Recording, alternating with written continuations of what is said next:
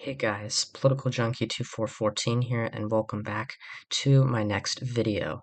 Today I'm going to be giving my long overdue update for my 2023 gubernatorial election prediction. I'm not going to be focusing on the 2024 governor races right now, just because we're getting closer to the November election, and I think that these are the ones that are these three races taking place in Kentucky, Mississippi, and Louisiana.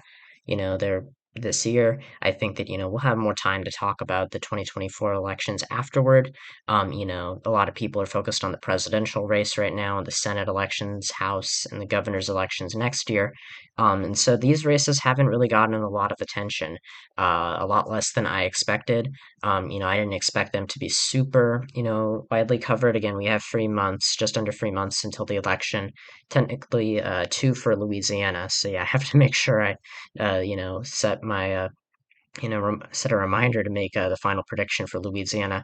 But either way, governor's races are very different from Senate races, presidential races, or any federal race. They're more localized, and voters are more willing to cross party lines on voting for say Republican voters in Kansas are more likely to vote for a Democratic governor such as Laura Kelly than they are to vote for a Democratic Senate candidate.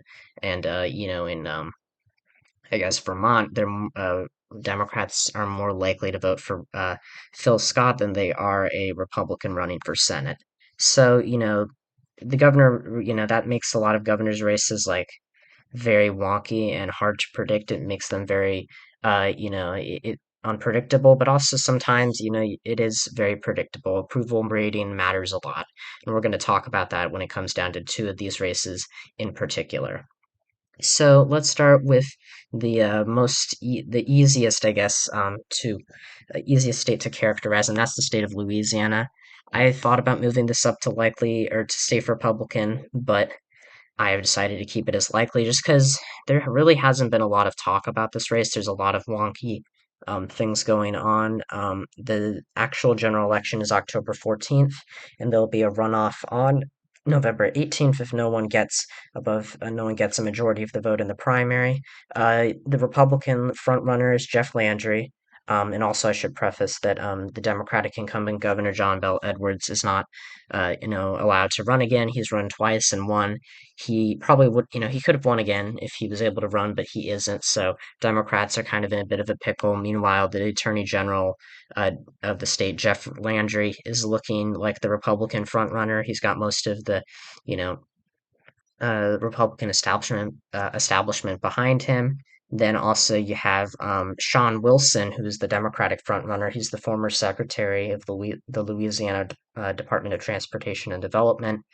He's okay. He's not a great candidate, but he's not terrible. But if you look, Landry has, an endorsement from Donald Trump, Senator Bill Cassidy, a couple of Republican representatives, and Sean Wilson has the endorsement of John Bel Edwards and Troy Carter, the lone Democrat in Louisiana's House delegation.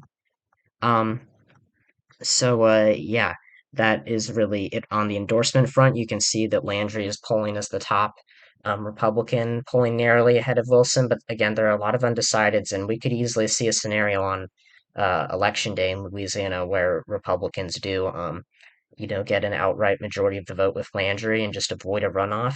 I could easily see that happening. But we could also see a runoff. And personally, I think with how crowded this election field is, I think we are going to see Landry and Wilson advance to a runoff. Even this conservative poll only has Landry up 5%. Now, I don't buy that. There's a lot of undecideds in here, and there hasn't been a lot of polling for this race. I think a lot of people thought John Kennedy was going to run in this race. That's why there were so many polls with him, and a lot of people are, a lot more comfortable voting or are a lot more fond of John Kennedy or, more supportive at the very least of him over Sean Wilson or Jeff Landry. So Landry, I think, is pretty likely going to be the next governor of Louisiana. I think, don't look at that.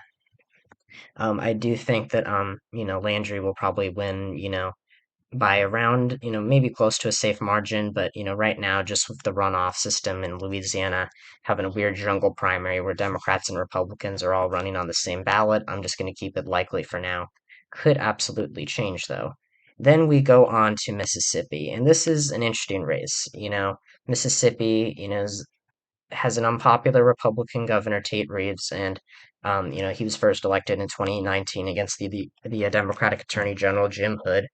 And he won by 5 points, which is pretty bad for, a Republican in Mississippi, but he did do better than I think the polls ended up predicting. Jim Hood, was very popular. He was, I think, the only Democratic statewide elected official at the time. You can see he was coming a lot closer in a lot of these polls than he ultimately ended up, performing. So I think, Jim Hood, who was, pretty much the Democrats' dream candidate in 2019, couldn't do it. I'm having a hard time believing Brandon Presley can. He has a conservative message. He's more conservative than your average Democrat, and he's kind of stressing that. And I think that, it has potential, but I also think, I think he has potential. 6 or 7 months ago, if you asked me about this race, I would have said I'm very interested to see how, the primary, plays out. Tate Reeves didn't really get a primary challenger. Republicans, were luckily for them able to avoid that because that could have splintered that could have caused some infighting in the party. And Brandon Presley was able to get to become the Democratic nominee. He's got a good amount of money, about $1 million, but nothing too substantial compared to other candidates. I think what Presley is really where Presley is really struggling is that Reeves's approval, I think, approval rating has gone up. He's, very scandal plagued, very disliked, but it is, he's getting more popular. He's still not super popular, and I still think that there are a lot of Republicans and conservatives who would normally vote Republican on the federal level who are going to vote for Brandon Presley. But I think that when you have Gavin Newsom and Phil Murphy endorsing you, that's not gonna, in a conservative state like Mississippi, that's not gonna do, you wonders. I think that's gonna make that's gonna turn off a lot of conservatives and, traditional conservatives who, are open to voting against Tate Reeves, but really aren't super, enthused about, don't really want, Presley to be, your run of the mill Democrat.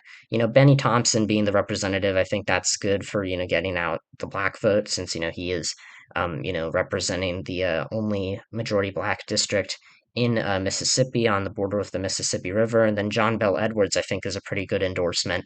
But the polling just does not, we haven't had a lot of polling for this race, and if you look at Tate Reeves versus a generic opponent, some of these same polls that show him up against Brandon Presley, he is losing. But again, this isn't against a Democrat, this is against a generic opponent. So this shows you how unpopular he is, and yet he is still winning against Brandon Presley. Now, I don't think Presley is some astonishing candidate, but I also don't think he's a terrible one. I think he's still got potential, but I'm going to put this in the likely R column. I think Presley loses to Reeves by like 7 or 8, possibly more. I think that Reeves is kind of looking out from Republicans uniting behind him, at least in the on the primary level, and allowing him to consolidate that kind of support. And so I think that there's potential for Democrats in Mississippi. This was a race that was really, hyped up for a lot of by a lot of Democrats, even including myself to some extent. I remember back in January being very, very, clear that, I don't think Presley's doing too well now, but I think he has the potential to, but we really haven't seen anything happen. And if it's not happening now, maybe once the race gets a little bit more national attention, but again, that could also hurt Reeves, or hurt Presley. That could help Reeves, by getting, Trump to come down there and campaign for him, and other polarizing factors that would make Republicans less likely to go against him. And then we have the final state, the state of Kentucky. Why do I keep clicking on that? You'll see that at the end of the video. Well, I guess you already had, but Kentucky is, a state where I don't think Republicans are going to be as lucky as Mississippi. Andy Beshear is the incumbent Democratic governor. He's the son, or he's the former attorney general, and he's the son of the former governor, Andy Beshear. And he won in 2019, which wasn't a great year for Republicans. Donald Trump was very unpopular. Matt Bevin was the incumbent Republican governor. He was very unpopular. He, kind of had a I won't say a fluke victory back in 2015. It was a surprise, but he really underperformed and he was very unpopular at the time he was running for re-election. He lost narrowly, and Bashir has a decent opponent in Daniel Cameron. He's the Attorney General of Kentucky. There was a lot of drama going on in the Republican primary. A lot of people thought Kelly Craft, who's the former U.S. ambassador to the UN, was gonna overtake Cameron, but she actually came in third place. Ryan Quarles, who I think is the state treasurer. Let me double check that. I'm not super familiar. He's the commissioner of agriculture. But yeah, Quarles ended up coming in second place, and Cameron got close to 50% of the vote. So he did pretty well in his primary. But if you look at the polling, it's kind of a similar, it's kind of the opposite of Mississippi, where even, Presley's own campaign polls were showing him down. Cameron's, Republican internals are showing Cameron down to Presley. The, public opinion strategies signal shows Bashir and Cameron tied in this poll by Cameron's campaign back in May. Yes, there's 12% undecided, but Bashir is still up by two. And this reminds me of a Herschel Walker's poll back in internal poll back in 2022 in the Georgia Senate race where he was only, he was tied with Raphael Warnock in his, own internal. And if you're tied in a Republican internal, I know this, signals technically doesn't say that it was sponsored by him, but I mean, let's be real, it's a more Republican leaning pollster. That's never a good sign. And Bashir's very popular. Kentucky did, vote for the side of a, vote for the pro-choice, or vote on the side of a pro-choice amendment in 2022. I believe, yeah, I think it was the measure was like to declare there was no constitutional right for abortion, and it got rejected by 5%. I think Bashir could win by around 5. I think he could also win by like point 0.2, but right now I'm going to go in the middle and say he wins by like 2 or 3. He's got a lot of institutional support, a lot of a lot of Eastern Kentucky was historically Democratic, but has become much more Republican after Donald Trump came along. Some of those counties that voted for Trump by like 50 points in 2016 backed Bashir in 2019. That's not to say they're going to back him again, and that's not to say Cameron can't win. I think this is really the race that's going to be focused on by both parties. This is the one that's seen as the most important race in November on the governor's side. And I think Bashir is going to come out on top. I think he has a very high approval rating. I don't know what it was last time I checked, but I think he's the most popular Democratic governor in the country. Um, and yeah, I think Bashir is, favored to win re-election. Even though Kentucky is like a 26%, the state that voted for Trump by 26 points. And so that leaves us with this governor's map for, next year. Not much different. The only flip is Louisiana. I accidentally clicked on it because both of these tabs are marked as the same thing. So yeah, I accidentally clicked on it and kind of spoiled it. But um, you know, this prediction really hasn't, my prediction really hasn't changed for these races in the last, since I started, um, or since I put out my first one last year, or the beginning of this year. So yeah, so Republicans would net a gain of 1 from Louisiana since Bell Edwards is term limited, and everything else stays the same. Democrats, are holding Kentucky, and they lose Mississippi.